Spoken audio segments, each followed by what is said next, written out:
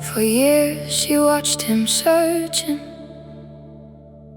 not for answers, for permission. Permission to trust himself again.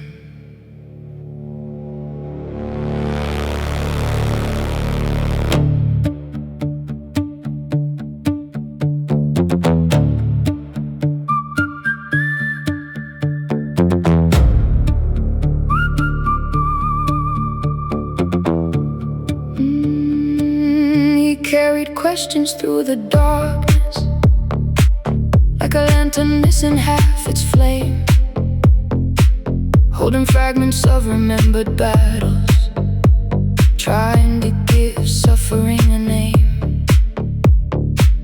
Every office offered explanations, every file suggested something new, yet none could quiet what remained beneath them.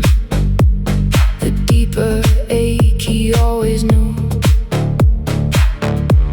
There were nights he sat with old records, long after everyone had gone to sleep, reading dates as though they held a doorway into promises he could still keep. And somewhere in the endless searching, a different fear began to grow. Not fear of what the years had taken, but fear of what he never knows. The abyss arrives without a warning, not beneath the feet, but in the mind, when certainty begins dissolving and leaves only questions behind.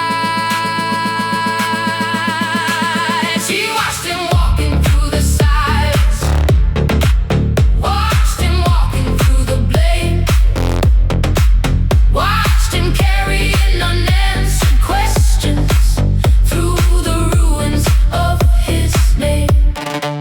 Not because he loved the struggle, not because he needed pain, but because something deep inside him refused to disappear again. There were moments when exhaustion whispered, perhaps they're right and you are wrong. Perhaps the years have built a prison and you've been living there too long. Perhaps the wound became your language, perhaps the fight became your home. Perhaps the record wrapped around you until you feared being alone. He hated those thoughts when they arrived, yet recognized them all the same. For every honest soul eventually must question what it cannot change.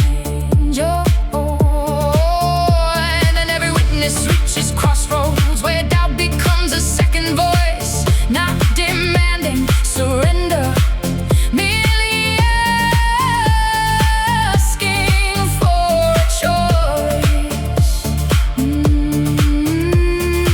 Every road returned to conscience, every silence returned to fear, every fear returned to memory, and memory kept leading here. She watched him walking through the silence, watched him walking through the blame, watched him carrying unanswered questions through the ruins of his name.